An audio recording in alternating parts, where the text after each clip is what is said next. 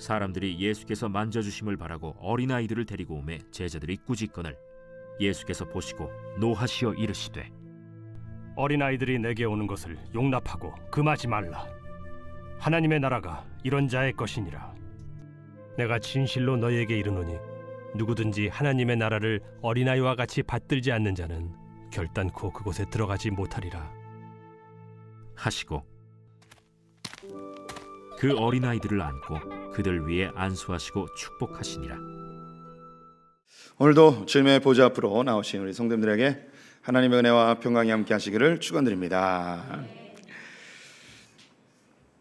저는 월화수 강릉에 다녀왔습니다. 제가 속해 있는 복음과 도시라는 단체인데요.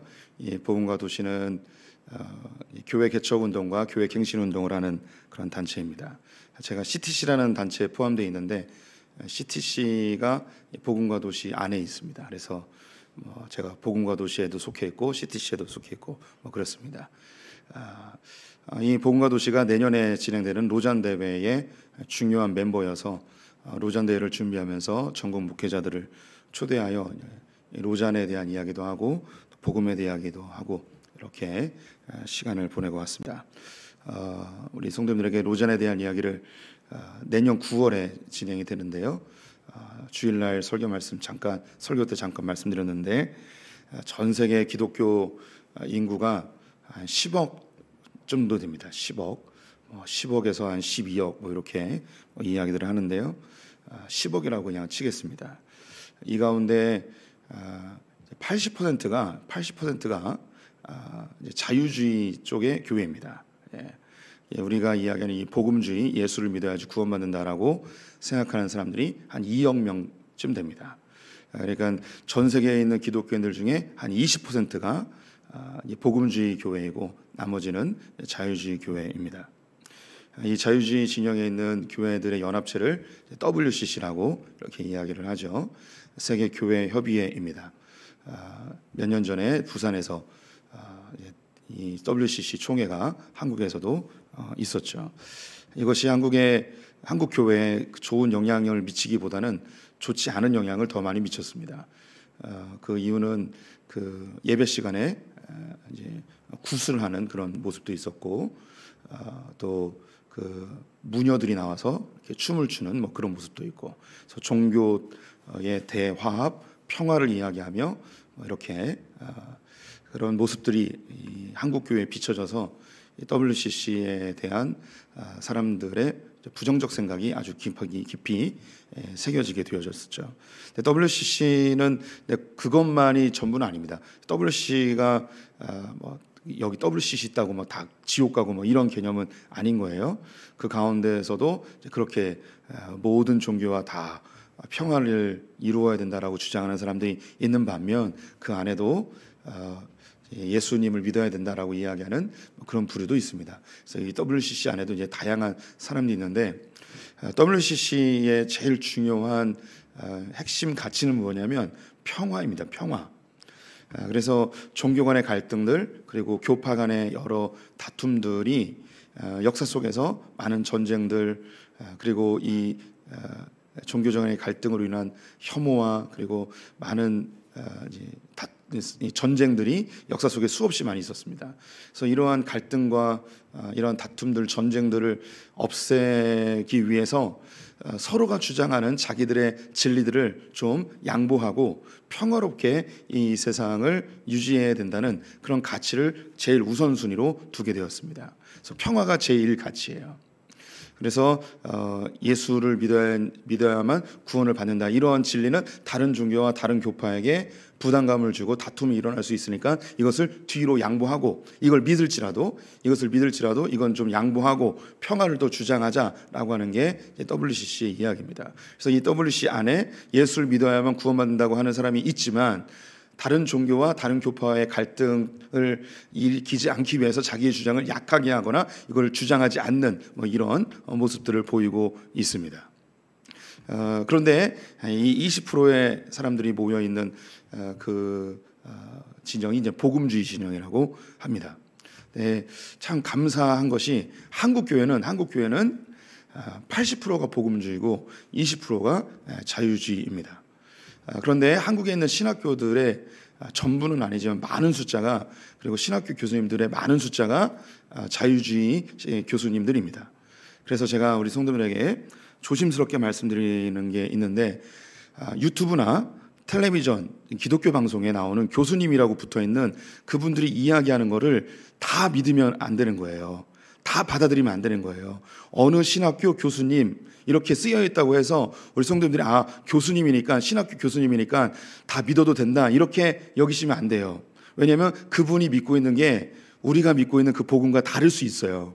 그래서 우리 성도님들이 그런 것까지 구별하기는 좀 어렵지만, 그런 방송을 보는 것보다 이 성경을 보시는 게 더 좋습니다. 그런 유명한 신학교 교수님들 강의나 혹은 그 유명한 목사님들의 설교를 듣는 거 나쁜 건 아니에요. 그거 한다고 지옥 가는 거 아니지만, 그거보다 우리 성도님들이 되도록이면 이 성경 자체를 더 많이 보시는 게 좋다라고 말씀을 드리고 싶습니다. 그런데 그런 교수님들 밑에서 신학생들이 공부를 해요. 그러면 신학교에 가면은 예수님이 동정녀 탄생한 거 안 믿는 교수님이 예수님이 동정녀 탄생한 거 아닙니다라고 가르쳐요. 만나 메추라기 이거 다 설화다라고 가르쳐요. 홍해가 갈라진 거 이거 다 거짓이다 이렇게 가르쳐요. 이렇게 이 신학생들이 그걸 배워요. 배우고 목사 안수를 받고 교회 와요. 그럼 그렇게 설교할 수 있을까 없을까요? 설교 못해요. 한국은 이게 참 감사해요. 그렇게 설교를 못해요. 설교했다간 그 목사님은 쫓겨나요. 그러니까 우리나라는 목사가 훌륭한 걸까요? 성도들이 훌륭한 걸까요? 우리나라가 이렇게 정말 하나님께 쓰임받는 이유는 목회자들의 중요성도 있지만 성도님들이 건강해요. 우리나라는 정말 순교의 피값으로 세워진 교회이기 때문에, 이 복음 앞에 목숨을 걸어봤던 세대이기 때문에 한국 교회의 80%가 굉장히 복음적이에요. 그리고 자기 교단이 WCC에 있던 그 아무 관계 없이 그냥 다 성경대로 믿는 사람들이 훨씬 많아요. 그런데 전 세계적으로 보면 이 복음주의가 한 20%밖에 되지 않아요. 이게 참 굉장히 안타까움이에요. 그래서 이 복음주의 진영에 있는 사람들이 모여서 이 WCC의 대척점을 이룬 것을 로잔 대회라고 이야기합니다. 이 로잔 대회를 내년 9월에 송도에서 열리게 돼요. 이것을 준비하기 위해서 다음 달 7월 14일에 송도 컨벤시아에서 기도 대성회를 열어요. 그래서 우리나라에 있는 성도들 5만 명을 모집할 계획이에요. 그래서 5만 명이 모여서 이 한국의 부흥과 교회 갱신과 그리고 한국 교회를 통하여서 전 세계에 복음이 흘러갈 것을 소망하는 마음으로 이 기도 대성회를 7월 14일 날 하게 될 겁니다. 제가 미리 이야기하는 건 왜 이야기하겠습니까? 우리 교회도 갈 거예요. 오후 2시부터 밤 9시까지. 벌써 쫄았어요. 2시부터 9시까지 어떻게 기도하나. 쉬면서 물도 마시고 밥도 먹으면서 2시부터 9시까지 다 못하면 중간에 1시간 와서 기도해도 되고 2시간 와서 기도해도 되고, 이렇게 좀 구체적으로 제가 좀 말씀을 드리도록 하겠습니다.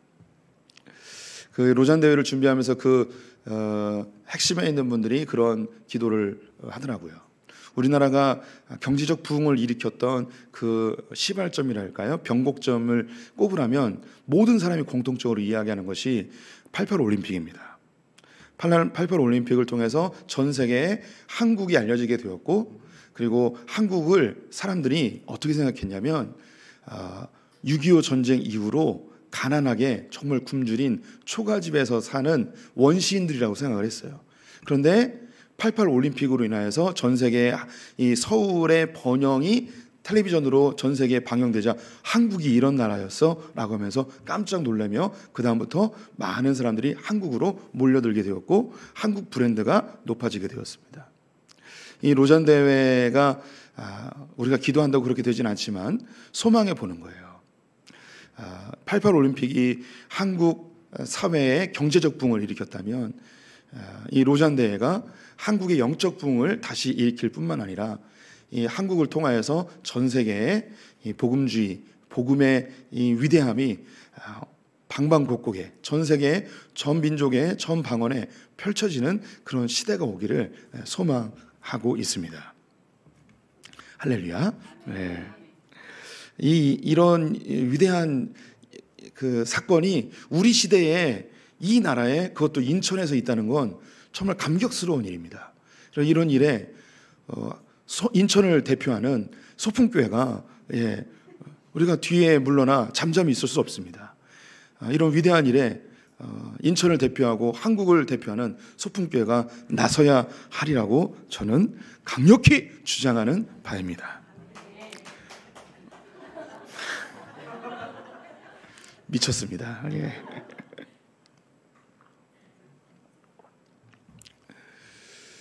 오늘 말씀 함께 살펴보도록 하겠습니다.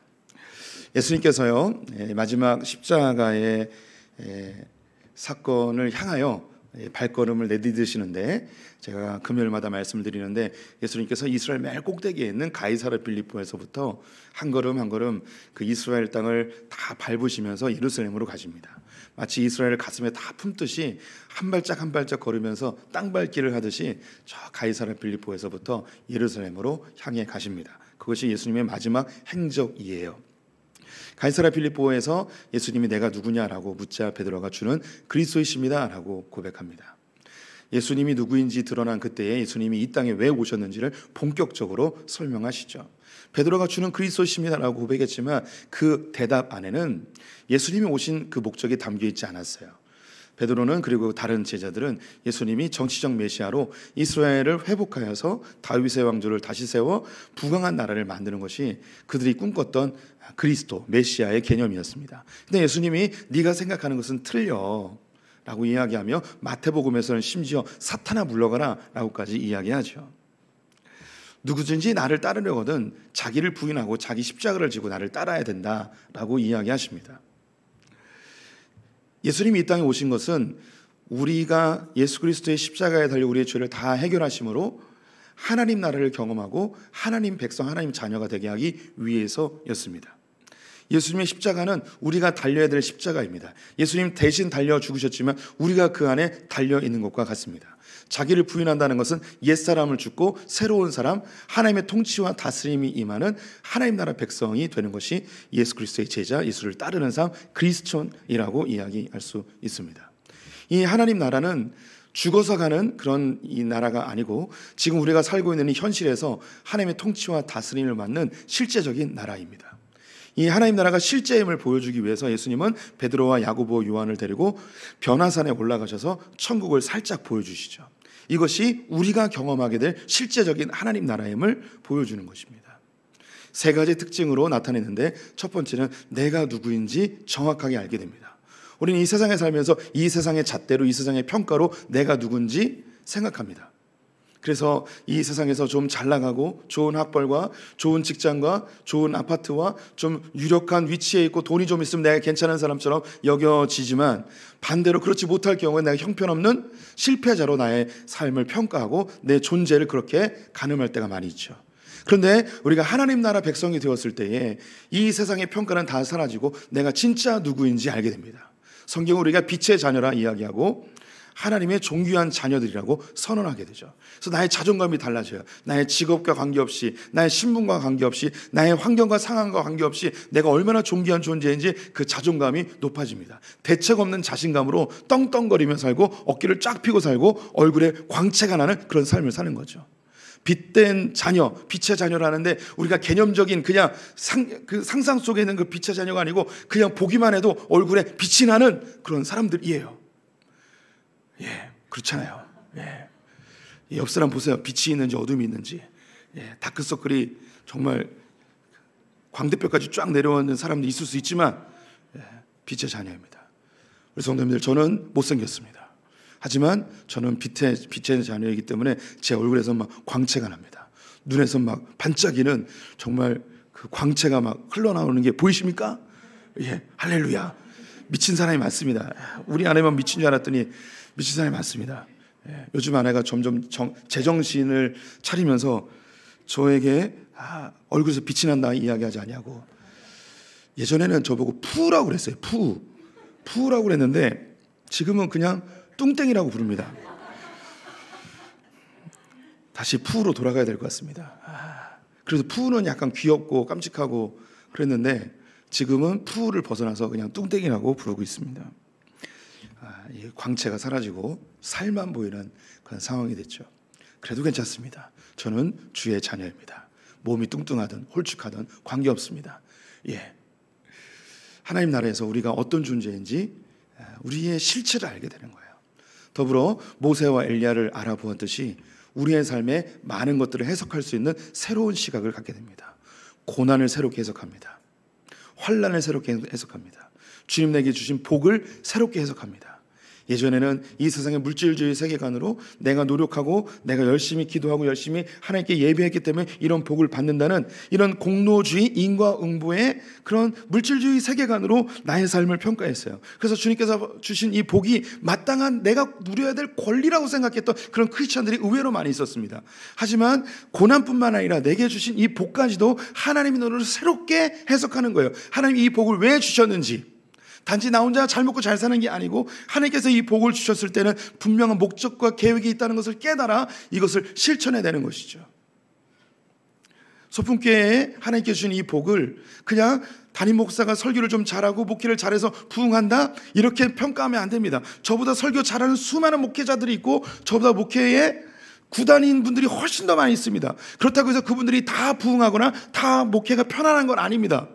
하나님께서 소풍교회 안에 부흥과 평안함을 주실 때는 그냥 잘 먹고 잘 살라는 담임 목사 배 뚱뚱하게 주여 잘못 살고 있는 것 같아요 갑자기. 그렇게 그냥 담임 목사 잘 먹여주라고 이렇게 교회가 부흥하는 게 아니라고요. 우리 성도님들이 그리고 제가 이 소풍교회를 통해서 하나님 뭘 원하시는지 계속해서 물어야 되는 거예요. 하나님께서 주신 이 상황에 대해서 묻는 거죠. 고난도 물어봐야 되고 복도 물어봐야 되는 거예요. 이것을 바라볼 수 있는 새로운 시각을 하나님 나라에서는 이걸 얻는 거예요. 더불어 하나님 음성을 듣습니다. 사망의 음침한 골짜기를 걸을지라도 주님께서 이 길을 걷게 하시는 그 길에 아무런 대답이 없을지라도 주님 손잡고 주님 사랑을 신뢰하며 걸어갈 때 주님께서 내가 너와 함께한다. 모든 걸 완벽하게 선으로 바꿔줄 거야. 두려워하지 마. 결국은 푸른 초장과 맑은 물가로 갈 거야. 이 연단을 통해서 너는 정금과 같이 나갈 거야. 주님의 그 생생한 음성을 들으며 우리의 삶의 그 많은 고난들을 승리할 수 있는 사람들, 이게 하나님 나라예요. 이렇게 하나님 나라를 막 누려보고 싶지 않나요? 하나님 나라가 너무 좋지 않나요? 하나님 너무 생생하고 너무 즐거울 것 같지 않나요? 이미 많이 즐거우신 분들이 있어요. 목소리가 벌써 갔어요.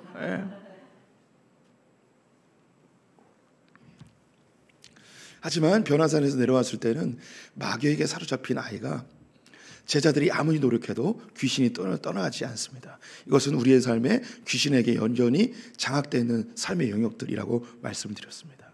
우리가 성령 충만해도 교회에서 많이 은혜를 받아도 집에 돌아가면 우리의 각 가정과 일터와 내 마음속에 여전히 해결되지 않는 마귀에게 지배당하는 귀신에게 장악되어 있는 우리의 삶의 영역들이 있어요. 이 영역들을 반드시 해결해야만 하나님 나라를 확장시키며 누릴 수 있는 거죠. 우리의 개인의 삶 가운데 하나님 나라를 누릴 수 있는 여전히 귀신에게 장악되어 있는 그 영역을 해결할 수 있는 유일한 방법은 기도밖에 없다고 알려줍니다. 그리고 예수님께서 제자들과 함께 가버나움에 오셨죠. 오는 길에 누가 크냐라는 이야기를 합니다. 공동체 안에서 우리가 누가 크냐 이건 아무 의미가 없습니다. 오히려 큰 자가 작은 자를 섬겨야 되고 먼저 된 자가 나중된 자를 섬겨야 됩니다. 부유한 자가 가난한 자들에게 나누어 줘야 하고 많이 배운 자가 적게 배운 자를 섬겨야 되는 것이 이게 하나님 나라입니다. 이것을 섬김, 나눔, 희생 다양한 언어로 이야기하지만 사랑이라고 말씀드렸습니다. 그래서 하나님 나라를 이룰 수 있는 유일한 방법은 사랑입니다. 우리 성도님들이 이 사랑은 도덕적 윤리적 개념이 아니고 하나님 나라를 이루는 유일한 방법이라고 제가 지난 주일에도 말씀을 드렸죠. 이렇게 공동체 안에서 하나님 나라가 이루어져야 돼요. 다른 사람이 나보다 조금 잘난다고 해서 시기할 필요가 없어요. 그 사람은 그 사람 나름대로 하나님이 쓰시는 거예요. 내가 조금 적은 일을 한다고 해서 위축될 필요가 없어요. 나는 이 일을 감당하면 하나님께서 이 모든 것을 다 통합하여서 하나님 나라를 이루어 가십니다. 제가 로잔대 그 목회자 세미나 갔다 왔잖아요. 월화수. 거기에 뭐 한국의 기라성 같은 목사님들이 뭐 다 왔습니다. 뭐 온누리교회, 지구촌교회, 분당 샘물교회, 뭐 제가 이름도 다 알 수 없는 그 수많은 목사님들이 왔습니다. 그분들은 설교하고 앞에서 이야기하는데 저는 그냥 앉아서 듣기만 했습니다. 제가 이때 아내를 데려갔어요. 부부 동반으로 모였거든요. 아내가 그런 얘기를 하는 거예요. 당신은 저렇게 큰 교회에 목사는 못 돼라고 이야기를 하는 거예요. 단정적으로. 기분이 확 상하더라고요. 내가 저 사람들보다 꿀리는 게 뭐야? 내가 뭐 설교를 못해? 영성이 뭐 약해. 그런데 얘기를 해주는 거예요. 왜 안 되느냐? 그런 큰 교회 목사님들의 공통점이 있더라고요. 키가 크고요, 날씬하고요, 잘생겼어요. 와, 짜증나요. 네. 우리 성도님들 한번 그런데 다 찾아보세요. 키가 보통 180이 넘고요, 그리고 대부분 다 박사학위가 있고요, 얼굴도 왜 이렇게 잘생겼는지, 학벌도 좋고요, 집안도 좋아요. 이런 걸 보면서 난 안 되겠구나, 나는 인천이 딱이구나, 이런 생각을 하게 되었습니다. 다 몫이 있어요. 네. 그분들은 성골이고 저는 그냥 노비예요. 주님 나라 노비로 그냥 사는 거예요. 괜찮아요. 그렇다고 제가 뭐 그분들과 경쟁할 필요가 있겠습니까? 그분들을 끌어내려서 제가 일부러 그 자리를 차지할 필요가 있겠습니까? 아니에요. 아무 의미가 없어요. 하나님은 그 교회도 이 교회도 10명의 개척교회든 10,000명의 교회든 주님 앞에는 다 똑같은 하나님 나라 백성입니다. 그분들은 그분의 몫이 있고 저는 제가 감당해야 될 몫이 있죠. 예. 그런 목사님들이 소풍교회 와서 설교하면 우리 성도님들이 은혜 받을까요? 뒤집어지죠. 예. 그렇지 않을 수도 있어요. 예. 지금은 뭐 연락한 지 오래됐는데 서울대학교 나온 목사님이 계셨어요. 이 목사님이 서울대학교 다닐 때 서울대학교 교수님들하고 학생들하고 이렇게 매년마다 부흥회를 한대요. 그런데 한 가지 얘기해 주는 게 거기에는 목사님들이 서울대학교 나온 분만 올 수가 있대요. 다른 대학교 나온 사람은 못 온대요. 왜 못 올까요? 다른 대학교 나온 목사님이 와서 설교를 하면 서울대학교 교수님들과 학생들이 설교를 못 듣는데요. 듣지 못한대요. 왜 못 들을까요? 그 안에 기준이 있어요. 그래서 못 들어요. 이건 어쩔 수 없어요. 이거는 뭐 이걸 깨부신다? 뭐 하나님이 깨부시면 깨부술 수 있겠지만 잘 안 돼요. 그 서울대학교 학생들에게 메시지를 전하려면 제가 가면 안 돼요. 제가 아무리 설교를 잘해도 유창한 말을 해도 그 학생들에게 귀에 안 들려요. 안 들려요. 그러면 그 학생들에게 맞는 목사님이 가야 되는 거예요. 그러면 저 시골까지 아니어도 이 소풍교회에 정말 최고의 학벌의 목사님이 오셔서 설교를 하면 우리 성도님들이 잘 들을까요? 못 들을까요? 못 들어요. 수준이 안 맞아요. 네. 왜 웃어요? 안 맞아요. 안 맞는다니까요. 안 맞아요. 진짜 안 맞아요. 그분들은 하늘의 언어를 하고 우리는 땅의 말을 하잖아요. 그러니까 이게 안 맞아요. 제가 이제 극단적 예를 든 거예요.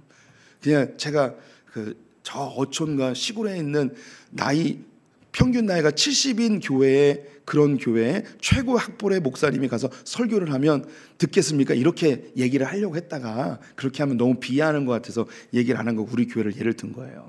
다 하나님이 사용하시는 모양이 있어요. 오늘 설교를 해야 되는데 왜 딴 얘기만 하고 있는지. 제가 인도에서 하나님 앞에 다시 제 부르심을 받게 되었습니다. 신학교 2학년 때 하나님 날 사용하는 것 같지도 않고 이 세상을 등지고 주님께 헌신하기로 결정했는데 내가 정말 사나이가 칼을 뽑으면 무라도 베어야 되는데 목회를 통해서 성공할 가망성은 없고 서울에 있는 유명한 교회에 갈 그런 건덕지도 나에겐 보이지 않고 내가 이렇게 성공을 못할 바에는 내가 목회를 안 하는 게 낫겠다 싶어가지고 휴학하고 제가 SBS에 원서 눌리다가 말고 막 이렇게 해서 아유 내가 다 때려치자 하면서 자퇴를 하려다가 자퇴를 못하고 인도에 제가 잠깐 갔다 왔어요. 인도에서 제가 발견한 게 뭐였냐면 아까 이야기했던 전 세계의 교회들이 저는 다 복음적인 교회인 줄 알았어요. 인도에 갔는데 자유주의 교회가 훨씬 많다는 걸 알게 됐고 선교사님들도 그런 80%의 교회가 자유주의니까 그 자유주의 교회에서 온 선교사님들도 자유주의 선교사님인 거예요. 이 선교사님들이 예수를 믿어야지 구원받습니다, 이런 얘기를 평생 한 번도 안 하는 거예요. 그럼 이 선교사님들이 뭘 하고 있었냐면 직업 교육하고 있고요, 학교하고 있고요, 병원하고 있고요, 구제하고 있고요. 이렇게 선한 일을 많이 하면 교회에 대한 관심을 가지고 교회에 와서 예수가 누군지 알려달라고 하면 그때 알려주는 뭐 이런 정책을 하는 거예요. 이것을 간접 선교라고 하거든요. 간접 선교도 필요해요. 이슬람권에서 예수 믿으라고 할 수가 없거든요. 저 힌두교권에서 직접 이야기하는 것도 쉽지는 않아요. 그 간접 선교도 필요해요. 그런데 제가 몇몇 선교사님에게 30년 40년 했던 그런 선교사님에게 그러면 그렇게 간접 선교에서 당신이 세례를 직접 준 사람이 있습니까? 라고 물어봤는데 한 명도 없는 거예요. 제가 인도에서 5개월 있으면서 복음주의 선교사님을 거의 만나보질 못했어요. 그때 제가 알게 됐어요. 쪽수가 딸리다는 걸. 복음주의 이 진영에 있는 목사의 쪽수가 딸린다는 걸 알게 됐어요. 제가 이것에 대해서 깊이 고민을 할 때 주님이 저에게 다시금 콜링을 하셨어요. 목사로 콜링을 하신 거죠. 저에게 뭐라고 콜링하셨냐면, 하나님이 저에게 내적인 음성으로 들려주신 그대로 말씀드릴게요. 장현아, 쪽수 좀 채워줘라. 쪽수 좀 채워달래요. 쪽수 좀 채워달라는 게 뭐냐면 예수 믿어야지 구원받습니다 라고 하는 목사가 부족하다는 걸 알려주셨어요. 그래서 그거 하기로 했어요. 그러면서 저의 실체를 알게 됐어요. 하나님 나라 안에서 나의 실체를 알게 됐죠. 나는 존귀한 자이고 하나님의 자녀이지만 이 세상적 관점으로 보면 저는 매우 그 등급이 낮은 한 달란트 겨우 받은 삼류 목사라는 걸 그냥 정직하게 이야기했습니다. 하나님 앞에. 하나님, 저는 삼류 목사입니다. 우리 성도님들 삶과 위로의 말씀 드립니다. 삼류 목사와 함께 신앙생활을 한다는 게 참으로 안타깝지만 어쩔 수가 없습니다. 우리 성도님들이 선택하였으니 어떻게 하겠습니까? 삼류 목사라는 걸 인정하고 주님 어떤 모양이라도 좋으니 하나님 나라에 그냥 사용되기를 소망합니다. 10명이 돼도 좋고 100명이 돼도 좋으니 그냥 주님 주신 대로 목회하겠습니다. 그러면서 제가 결정한 게 뭐냐면 인류 목사가 따로 있어요. 아까 이야기했던 키 180 넘고 날씬하고 얼굴 잘생기고 박사학위 있는 그런 목사님들이 있어요. 이런 분들은 어나더 클래스예요. 그분들은 그분의 목회가 있어요. 그런 분들이 한국 교회를 이끌어 가야 돼요. 저 같은 사람 말고 그런 분들이 이끌어 가야 돼요. 전 세계에 내놔도 부끄럽지 않고 당당할 수 있는 그런 분들을 내놔야죠. BTS를 내놔야지 어떻게 한국에 있는 트로트 가수를 세계에 내놓을 수 있겠습니까? 공감이 안 나는군요. 예. 우리 성도님들은 김창현 목사님을 전 세계에 내놔도 된다는 그런 눈빛들인데 속고 있는 거예요. 전 세계에 내놓으려면 그럴 만한 제목들이 따로 있어요. 그래서 저는 저의 목회를 규정했습니다. 어떻게 규정했냐면 배경 목회. 배경 목회라고 들어보셨습니까? 배경 목회가 뭐냐? 우리 성도님들 그림을 해볼게요. 그림이 있어요. 이 그림의 주제는 말이에요. 말을 하나 그려놨어요. 말 하나만 그려놓으면 말이 주인공이지만 말 하나만 그려놓으면 멋이 없어요. 그 뒤에 초원과 나무들과 풀들이 있어야 돼요. 이 그림엔 나무와 풀과 산과 구름과 하늘이 있어도 그건 주인공이 아니에요. 배경이에요. 그런데 그게 있음으로 인해서 그 주인공이 더 빛나게 되는 거죠. 한국 교회를 빛낼 수 있는 그런 제목들이 있어요. 저는 아니에요. 그런 분들이 있어요. 저는 그런 분들이 한국 교회에 정말 태양처럼 별처럼 그렇게 나타나길 소망하는 사람이에요. 제가 농담처럼 이야기하는 것 같은데 우리 성도님들 제 진지한 얼굴을 좀 봐주세요. 이건 진짜예요. 하나님께서 이 땅 가운데 정말 보석처럼 사용하는 그런 목회자가 나왔으면 좋겠어요. 그런 분이 나올 때에 저는 그분 뒤에 배경이 됐으면 좋겠어요. 배경이라도 좋으니 그런 시대에 살고 싶어요. 그런 시대에. 소풍교회가 한국교회의 정말 아름다운 영적 흐름 속에 이걸 주도하는 교회가 되지 않아도 돼요. 그런데 이 영적 흐름의 배경이라도 좋사오니 그 한 구퉁이 그 잡초 하나가 소풍교회였으면 좋겠다는 마음이 있어요. 한국교회의 영적 흐름, 다시금 평양 대부흥운동 같은 정말 전 세계를 정말 흥분시킬 수 있는 그런 부흥운동이 한국에 일어날 때 그 가운데 이 소풍교회가 자그마한 잎사귀, 나무의 잎사귀 배경으로 존재할지라도 거기에 자세히 살펴보면 소풍교회 이렇게, 그리고 옆에 김창현 목사 다 가로 열고 가로 닫고 뭐 이런 거라도 있으면 좋겠다는 생각이에요. 하나님 나라에서는 다 소중해요. 이 그림 한 폭에 그 나뭇잎 하나, 이 잡초 하나가 너무너무 소중하듯이 하나님 나라에서 큰 교회뿐만 아니라 작은 교회도 다 소중한 거예요. 우리는 우리의 역할을 감당하면 돼요. 우리가 뭐 저 유명한 한국을 대표할 만한 교회가 아니라고 해서 주눅 들 필요가 없어요. 우리는 우리의 역할을 감당하면 되는 거예요. 이게 하나님 나라예요. 경쟁할 필요도 없어요. 시기할 필요도 없어요. 작다고 주눅 들 필요도 없어요. 우리는 하나님께서 우리에게 맡겨준 이 지경을, 이 기업을 잘 관리하고 점점 확장시키면 되는 거죠. 그러면서 예수님께서 요단 동편으로 넘어가십니다. 요단 동편에서 쭉 내려오면 이제 여리고로 가는 거예요. 그러면서 지난주에 보았던 이혼에 대한 이야기를 했는데 그 핵심은 부부였어요. 부부. 우리의 삶에서 가장 하나님 나라가 깨어지긴 쉬운 장소가 부부 관계죠. 그래서 부부 관계에 대해서 지난주에 이야기했습니다. 한 가지만 기억해 주십시오. 세상 사람들은 행복하기 위해서 살지만 의인은 오직 믿음으로 말미암아 삽니다. 우리 성도님들은 이제 앞으로 행복하기 위해 사는 게 아니고 믿음으로 사는 거예요. 부부관계도 행복하기 위해 사는 게 아닌 거예요. 행복이 부부관계의 목적이라면 우리 가운데 부부관계가 실패한 분들이 우리 가운데 허다해요. 행복이 부부관계의 목적이 되었다가는 우리는 다 이혼해야 돼요. 어쩔 수 없이 사는 거죠. 그런데 하나님은 우리의 삶의 목적이 잘 먹고 잘 사는 게 아니고 행복한 게 아니고 믿음으로 사는 거죠. 이 부부의 관계를 통하여서 하나님이 무슨 일을 하기 원하시는지 꿈꿔야 되는 거예요. 성령이 임하시면 예언을 하고 환상을 보고 꿈을 꾼다고 그래요. 성령이 우리 안에 임하시면 부부관계 속에서도 꿈을 꿔야 되는 거예요. 이 부부관계를 통해서 어떤 일이 벌어지길 바라는지 꿈꿔야 되고요. 환상을 봐야 되고요. 우리의 입술 가운데 예언을 해야 되는 거예요. 하나님, 우리 부부를 통하여서 이런 일이 벌어지게 해주십시오. 우리 부부를 통해서 하나님 이런 역사가 이루어지게 해주십시오. 우리 부부를 통하여서 친정과 시댁이 변화되게 해주십시오. 우리 부부를 통해서 자녀들이 하나님께 헌신하게 해주십시오. 우리 부부를 통해서 주의 영광이 드러나게 해주십시오. 우리 부부 관계를 통해서 그냥 단순히 잘 먹고 잘 살고 노년에 편안하게 사는 게 목적이 아니라 하나님의 영광을 드러내는 믿음으로 사는, 지금은 교회도 다니지 않고 핍박하는 이 남편을 보면서 믿음의 눈으로 바라보는 거죠. 선포하는 거예요. 하나님, 지금 예수 믿는 걸 핍박하고 있지만 이 남편이 하나님의 영광을 나타내게 해주시고, 이 남편이 소풍교회 집사가 되게 하시고 장로가 되게 해주시고, 하나님 이 남편이 하나님의 도구 되게 해주셔서 하나님 영광의 나라를 만들게 하여 주시옵소서. 이런 쓰잘데기 없는, 정말 이루어질 것 같지 않는 황당한 이런 선포를 하는 거예요. 어떻게 할 수 있는가? 성령이 충만해질 때 믿음의 눈으로 바라보며 선언하는 거예요.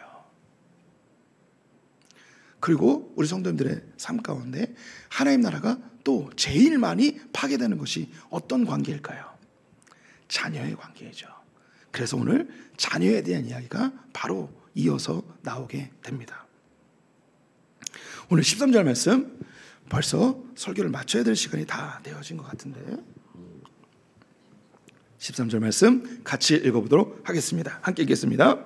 사람들이 예수께서 만져주심을 바라고 어린아이들을 데리고 오매 제자들이 꾸짖거늘. 예수님께서 요단강을 건너서 이제 여리고 쪽으로 쭉 내려가고 있습니다. 예수님께서 가는 곳마다 기적을 일으키시기도 하고 하나님 나라 말씀을 가르치시기도 합니다. 참고로 예수님의 사역을 3년이라 하는데 1년은 거의 무명의 세월로 이제 갈릴리에서 제자들과 함께 보냅니다. 예수님의 사역이 후반기 2년에 집중되어 있는데 그 가운데 1년에 기적이 많이 일어나고 후반부 1년에서는 거의 기적을 일으키지 않으시고 하나님 나라 복음만 많이 전하세요. 근데 이때에도 예수님께서 기적을 일으키는 것이 많이 있기 때문에 사람들이 막 몰려왔습니다. 그런데 아이들도 데리고 왔습니다. 왜 데리고 왔을까요? 오늘 성경에 나와 있기를 예수께서 만져주심을 바라고, 부모님들이 자녀들을 데리고 왔어요. 이유는 만져주길 바란대요. 뒤에 보니까 16절에 그들 위에 안수하시고 안수기도 해주시길 바라는 거죠. 우리 성도들, 예수님이 소풍교회 지금 이 시간에 오셨다고 해봅시다. 그러면 우리 부모님들 어떻게 반응하시겠습니까? 예. 예수님, 우리 아들 안수 좀 해주세요. 예. 돌대가리가 다이아몬드가 되게 해주세요. 이렇게 해주시지 않겠습니까? 주님, 우리 아들 안수해 주셔서 병 좀 낫게 해주세요. 예수님께 데려왔습니다. 만져주기를. 우리 성도님들, 혹시 이 자리에 이 현장에는 없지만 자녀를 데리고 오신 분들 계십니까? 현장에 없는데 데리고 오신 분, 이 자리에 내 아이가 좀 와줬으면 좋았을 텐데, 내 아들도 이렇게 금요기도에 와서, 내 딸도 금요기도에 와서 같이 기도했으면 좋겠는데, 아니 금요기도회가 아니라 주일날 예배드리러 올 때 나 혼자 혹은 내 남편과 함께, 내 아내와 함께 오는 게 아니라 내 아이도 함께 왔으면 좋겠는데, 이렇게 소망하는 분들 있습니까? 오늘 그런 분들이 예수님께 찾아 나온 거예요. 여기 나와 있는 사람들의 사연은 다 기록되어 있지 않습니다. 어떤 사람들은 이야기한 것처럼 우리가 흔히 요즘 시대처럼 축복 기도 받고 싶어서 그렇게 데리고 나올 수도 있어요. 어떤 부모님들은 아이가 정말 아파서 데리고 올 수도 있습니다. 이 당시에 예수님께서 많은 치유의 역사를 하셨잖아요. 많은 치유의 역사를 하셨던 이유가 뭐냐면 병자들이 많았어요. 왜 병자들이 많았는가? 못 먹어서 그래요. 못 먹어서. 못 먹으면 병이 잘 안 나요. 제가 오늘 유난히 인도 얘기를 많이 하는데 인도 얘기 하나 더 할게요. 한번 이야기했던 것 같은데요. 제가 인도에서 한 3개월쯤 되었을 때에 신기한 몸의 현상이 일어났어요. 머리카락이 안 자랐고요. 발톱, 손톱이 안 자라는 거예요. 그러다가 오지에서 사역을 하다가 제가 팔에 상처가 났는데 상처가 한 달이 되도록 낫지 않는 거예요. 왜 이런 일이 벌어지는가 알게 됐어요. 영양실조였어요. 인도에는 지금도 그런데 가게 되면 팔다리가 없는 사람이 굉장히 많아요. 길거리에 구걸하는 사람들 중에 팔다리가 없이 기어다니는 사람들 많고 목발 짚고 다니는 사람이 굉장히 많아요. 왜 이렇게 많은가? 이유를 들어보니까 제가 경험했던 조그만 상처가 이게 아물어야 되는데 영양분이 공급되지 않아서 이게 계속 골마요. 그래서 썩어요. 썩으면 이게 회복이 안 되고 잘라낼 수밖에 없는 상황이 돼버립니다. 그래서 굉장히 장애인들이 많아요. 제가 그걸 직접 경험했어요. 머리카락, 손발톱이 자라지 않으면서 자라지 않으니까 손발톱이 안으로 말려 들어가더라고요. 굉장히 공포스러웠어요. 이 당시에 영양분이 인도의 지금의 형식과 거의 비슷했어요. 그래서 아이들도 영양실조가 많았고요. 병든 아이들이 굉장히 많았습니다. 그래서 아이들을 데리고 온 거예요. 어떤 목적이든 관계없이 아이들을 데려왔습니다. 그런데 제자들이 꾸짖었어요. 오지 말라고, 저리 가라고. 왜 꾸짖었을까요? 안 그래도 사람이 많아요. 안 그래도 병자들도 많고요. 그 질서를 유지하는 것 자체가 너무너무 어려웠어요.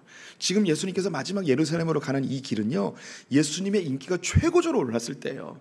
사람들이 수만 명씩 몰려들었어요. 누가복음에 아예 그렇게 써놨어요. 수만 명이라고. 셀 수 없을 정도로 너무 많은 사람들이 몰려드는 거예요.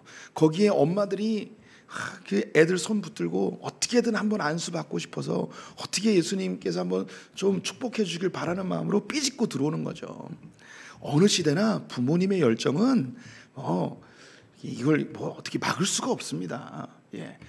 우리 성도님들이 제가 이렇게 좀 안수기도 좀 하고 그러는 사람이라면 우리 금요기도에 막 차고 넘칩니다. 막 자녀들 데리고 오고 막 그럴 거예요. 우리가 하객동에 있을 때 금택이라고 금요 특별 기도회 이런 거 했었어요. 그때 사람이 제일 많이 왔을 때가 언제냐면 자녀들을 위한 기도회였어요. 제가 그때 축복 기도 해준다고 했거든요. 제가 기획한 건 아니에요. 저는 그런 사람이 아니에요.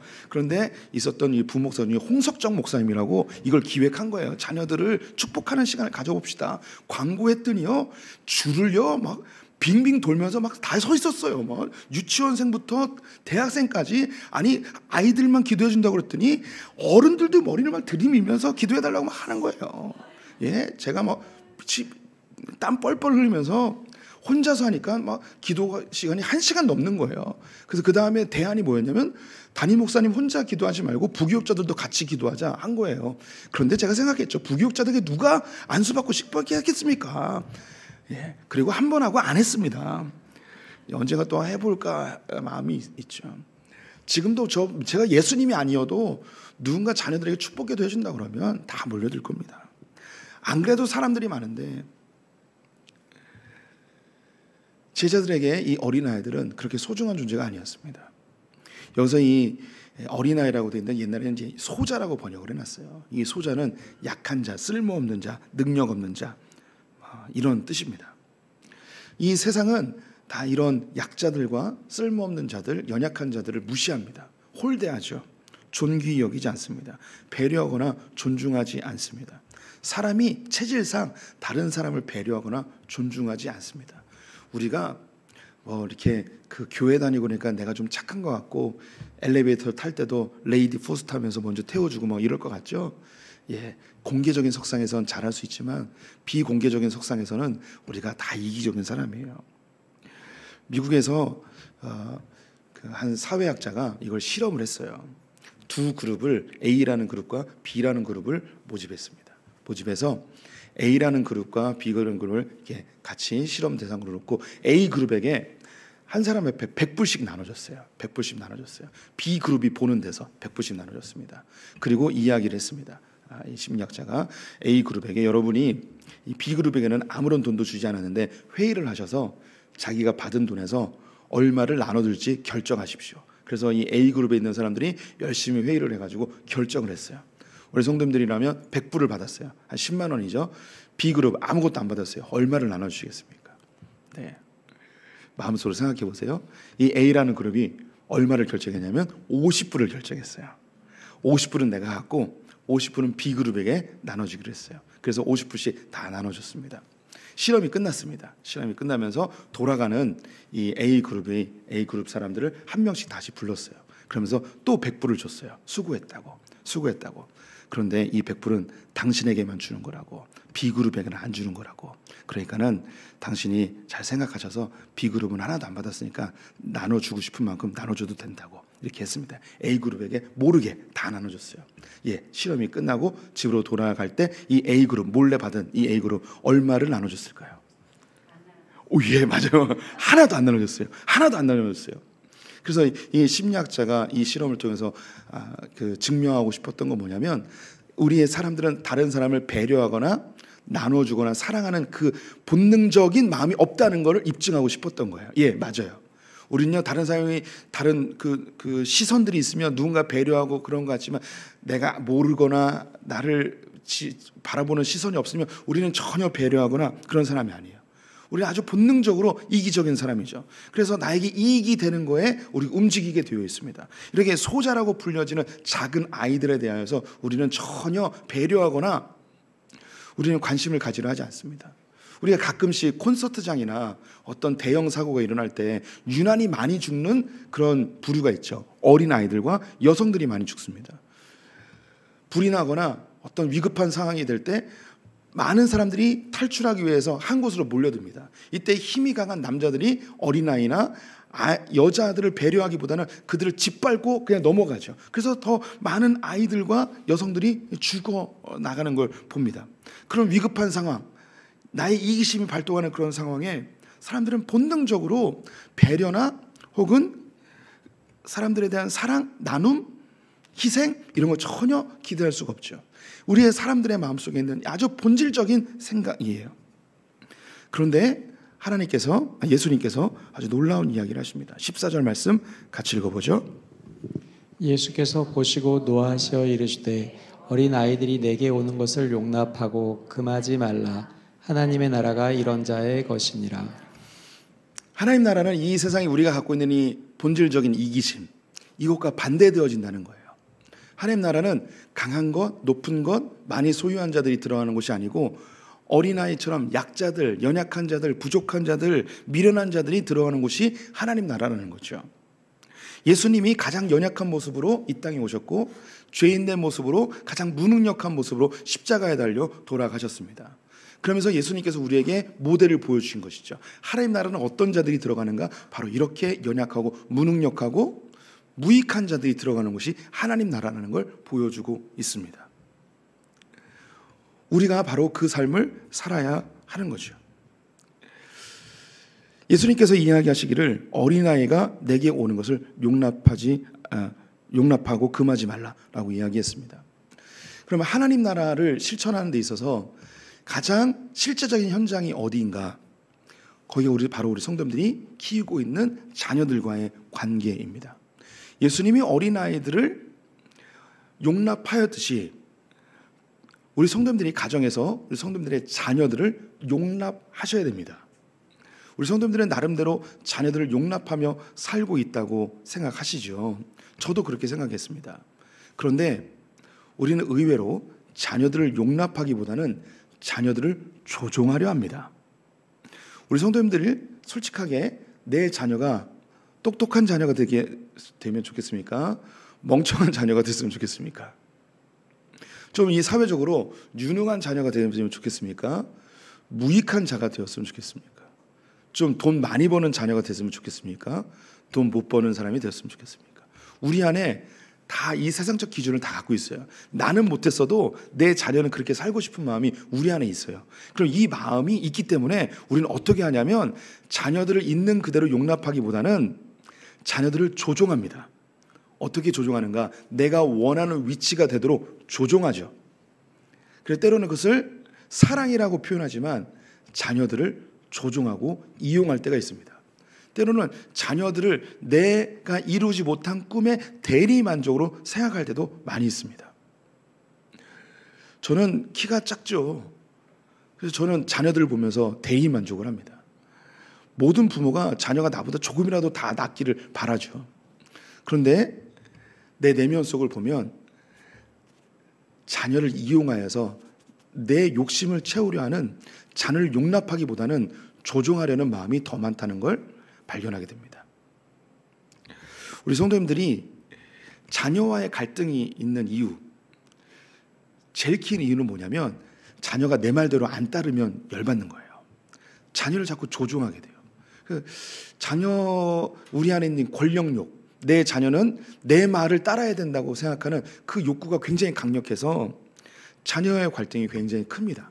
그 자녀의 갈등 때문에 우리의 마음속에 하나님 나라가 계속해서 파괴되어지죠. 성경은 하나님 나라는 용납하는 거예요. 있는 그대로 받아주는 거예요. 그렇다고 해서 그냥 방치하라는 게 아닙니다. 올바로 그들을 있는 모습대로 용납하되 주의 교훈과 훈계로 잘 인도해 줘야 되는 것이 부모들의 책임입니다. 우리 성도님들, 제가 하나하나 구체적으로 다 말할 수는 없습니다. 하지만 성도님들이 기도하셔야 됩니다. 어린아이가 나에게 오는 것을 금하지 마라. 용납하고 금하지 마라. 우리의 자녀들을 용납할 수 있도록 하나님 앞에 기도하셔야 됩니다.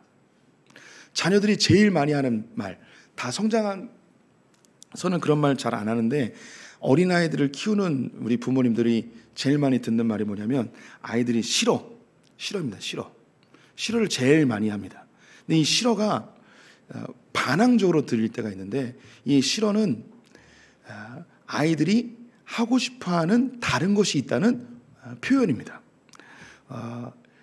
목욕하자라고 할 때 싫어라고 하잖아요. 목욕하는 게 싫은 게 아니고 싫다고 표현하는데 그 마음속에는 지금 자기가 하고 있는 그 일을 더 하고 싶다는 뜻이에요. 그러면 이 싫어라고 했을 때 뒤질래? 빨리 안 와? 너 맞고 할래? 그냥 할래? 이렇게 우리가 하잖아요. 그러니까 우리가 그 아이가 싫어라고 했을 때 이것을 용납하기보다는 내가 갖고 있는 힘으로 이 아이를 조종하고 이 아이를 복종시키려 하는 마음이 우리 안에 강력하게 있습니다.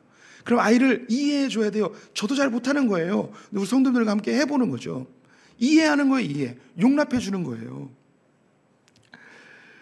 아이들을 용납해 줄 수 있는 좋은 방법이 예고하는 거예요. 5분만 더 놀고 목욕하는 거야 라고 하면 예고해 주고 그 다음에 제시해 주는 거죠. 그리고 선택할 수 있게 하는 거예요. 놀이터에서 놀고 있으면 집에 가자라고 할 때 싫어라고 이야기합니다. 집에 가는 건 중요한 거예요. 그런데 이 앞에 선택할 수 있게 해주는 거죠. 몇 분 더 놀고 갈래? 하면 아이가 5분만 더 놀고 갈게요. 너 몇 번 더 놀다 갈래? 그러면 3번만 더 하고 갈게요. 이렇게 앞에 무엇인가 선택할 수 있게 해주고 그 다음에 중요한 것을 전달하는 게 있습니다.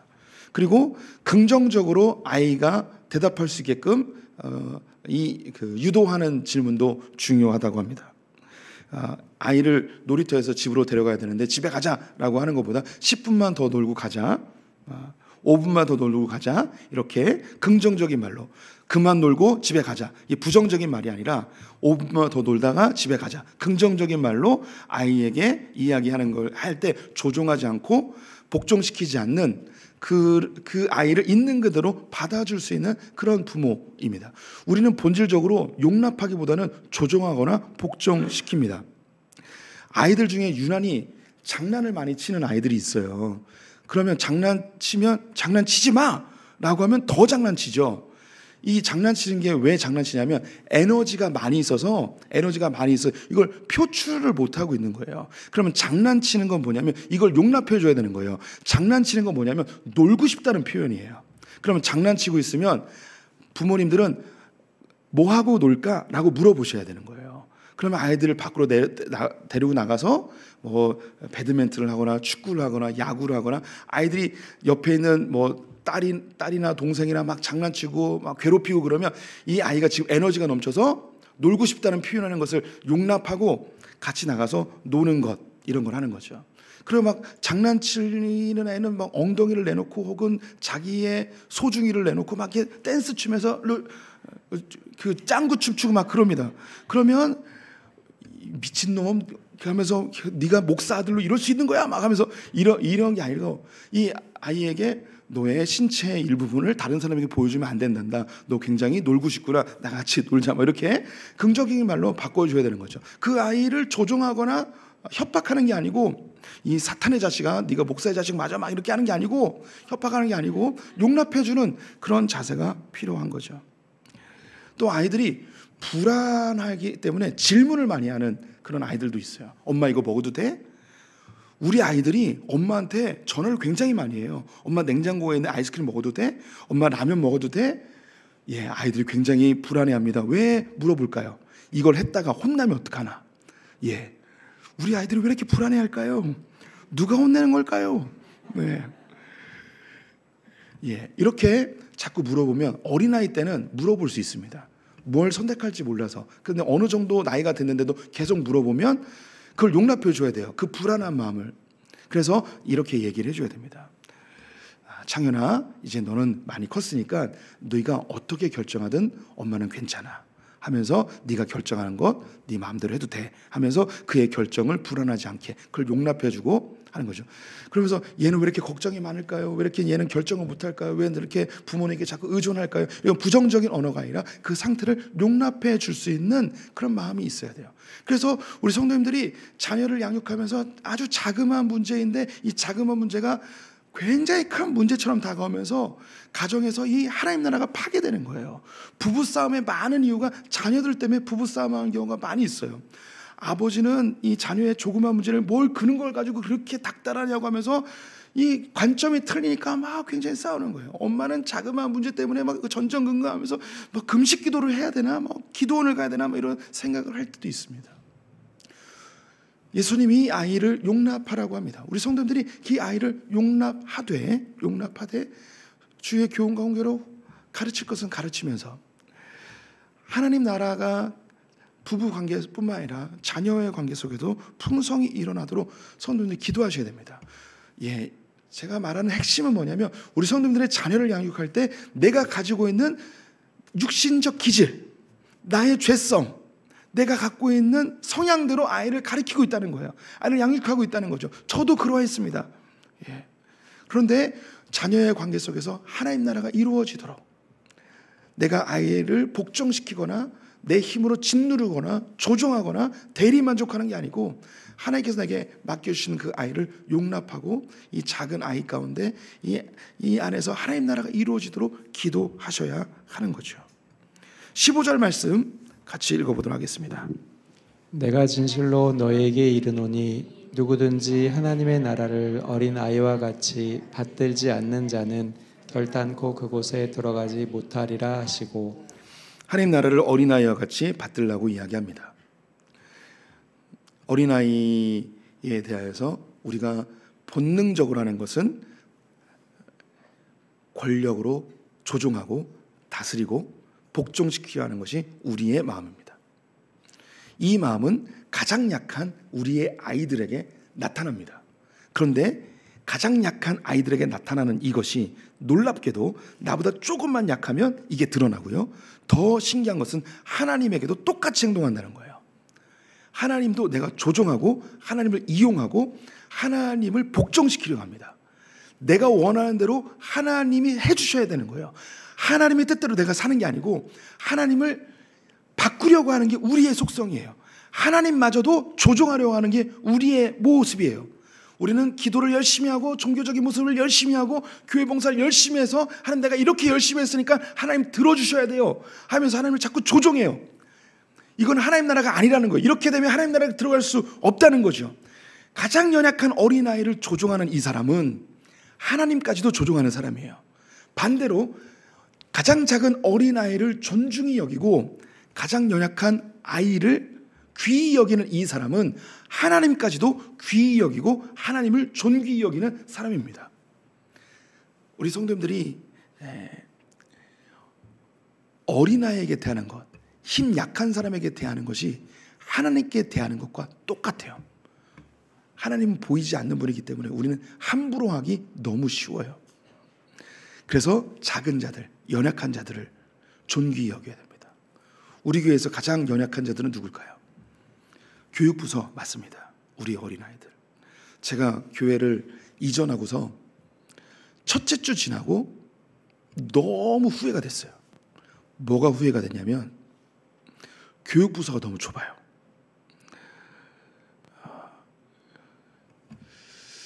저희가 이제 그 논현동으로 오기 전에 논현동을 한 달 넘게 한 2달 동안 리서치를 다 했어요. 그래서 인구 조사도 다 하고요. 인구 분포도까지 다 하고 우리 교육자들이 브리핑하고 다 전략까지 다 짰습니다. 거기서 나온 결론이 뭐였냐면 여기는 40대 50대가 많고 초등학교 아이들과 중고등학생들이 많다는 것이 결론이었어요. 그리고 이것에 대한 우리가 전략을 세워야 된다 이런 것을 많이 연구했습니다. 이걸 알았음에도 불구하고 유초등부실과 중고등부실을 크게 만들지 않은 것이 내가 이런 결과가 나왔는데도 왜 이렇게 좁게 만들었을까? 제가 너무 제 자신이 너무 미웠습니다.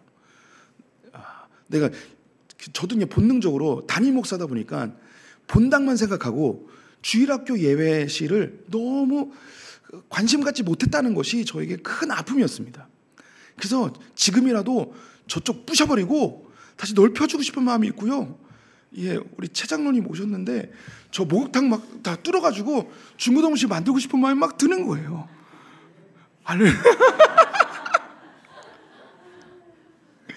이런 마음이 드는 거예요. 제가 유초등부와 중고등부에 대한 우리 교회에서 가장 연약한 자들에 대한 마음이 없었구나. 나 이기적이었구나. 담임 목사로 성도님들을 어떻게 하면 더 편안하게 예배드리게 하고 더 많이 부흥시킬까 이것만 생각하고 다음 세대에 대한 생각이 내 안에 정말 없었구나. 이걸 회개했습니다. 그래서 하나님께서 속히 지금 우리 중고등부실 30평이에요. 그런데 한 부서당 60평은 필요할 것 같아요. 2개 합치고 또 다른 공간에서 한 40평 이상 60평쯤 되는 걸 만들어서 예배할 수 있는 공간을 만들어야 된다는 생각이 있습니다. 하나님께서 이 공간이 아니어도 우리가 다음 세대를 위해서 기도해야 됩니다. 16절에 보면 예수님께서 안수하여 축복하셨다는 표시가 있어요. 초대교회에 제자들이 사도고 제자들 그 다음을 잇는 게 다시 속자를 써서 속사도라고 그래요. 이 속사도는 예수님의 제자는 아니지만 예수님을 직접 보고 예수님의 설교를 직접 들었던 그 당시의 사람들이에요. 이 속사도들 중에 가장 유명한 사람이 폴리갑이라는 분입니다. 폴리갑이라는 이 목사님에게 내려오는 전설이 뭐가 있냐면 여기 예수님이 아이들을 안고 안수하였다라고 되어 있잖아요. 이 아이들 중에 한 명이 폴리갑이라고 전해져 내려오고 있습니다. 이 폴리갑이 사도 요한의 뒤를 이어서 에베소에서 목회를 하고 있었어요. 로마 디도 황제 때에 엄청난 핍박이 일어나게 되었고, 폴리갑이 이제 도미티안 때에 큰 핍박이 일어나게 되었고, 이 폴리갑이 영적 지도자로서 이 사람을 죽이면 사람들이 많이 공포심을 갖고 예수님을 부인할 것이라고 생각해서 이 사자 밥이 되도록 그렇게 했습니다. 하지만 이 안디옥에 있는 총리가 이 폴리갑의 영성과 그분의 인격을 알아서 보호해주고 싶었어요. 그래서 자기의 관저로 데려와서 로마에서 당신을 죽이라고 했는데, 당신이 예수님을 이 자리에서 공개적이 아니어도 되니까 내 앞에서만 예수님을 부인만 한번 하면 내가 풀어드리겠다고. 그럼 나가셔서 예수를 전하던 목회를 다시 하는 내가 상관하지 않을 테니까 내 앞에서만, 내가 당신을 존중하기 때문에, 존경하기 때문에 한 번만 내 앞에서 부인하시면 내가 그렇게 풀어드리겠다고 했습니다. 그때 폴리갑이 했던 유명한 말이, 예수님, 그 당시에 폴리갑이 80세쯤 되었는데, 예수님께서 80년 동안 나를 한 번도 부인하지 않으셨는데 내가 어떻게 예수님을 부인하겠습니까? 라고 이야기하면서 사자밥이 되셨습니다. 지금은 눈에 보이는 예수님이 없어요. 하지만 이 소품 공동체가 예수님의 품과 같이 되어야 합니다. 우리 성도님들이 예수님의 품이 되셔야 됩니다. 그래서 우리 자녀들에게 예수님의 품처럼 평생 잊지 못할 하나님의 사랑이 우리의 자녀들에게 전달되어야 됩니다. 또한 이 소풍의 성도님들이 예수님의 품이 되어서 우리 주일학교, 유치동부와 중고등부 아이들에게 평생 잊지 못할 좋은 추억들을 만들어서 평생 주님을 떠나지 아니하는 그런 공동체를 만들어 줘야 돼요. 여기 계신 분들 가운데 주일학교를 보내면서 그 선생님과 교회 안에서 좋은 따뜻함을 경험한 분들이 많이 계실 거예요. 그 좋은 따뜻함이 지금 이 자리까지 오게 하신 거죠. 저 역시 주일학교 때 저에게 따뜻함을 주셨던 선생님들, 선배님들 많이 계셨어요. 그 추억이 저를 이 자리까지 오게 했다고 저는 확신합니다. 우리 소품 공동체가 가장 연약한 주일학교와 중고등부 아이들을 품는 그런 공동체가 되었으면 좋겠습니다.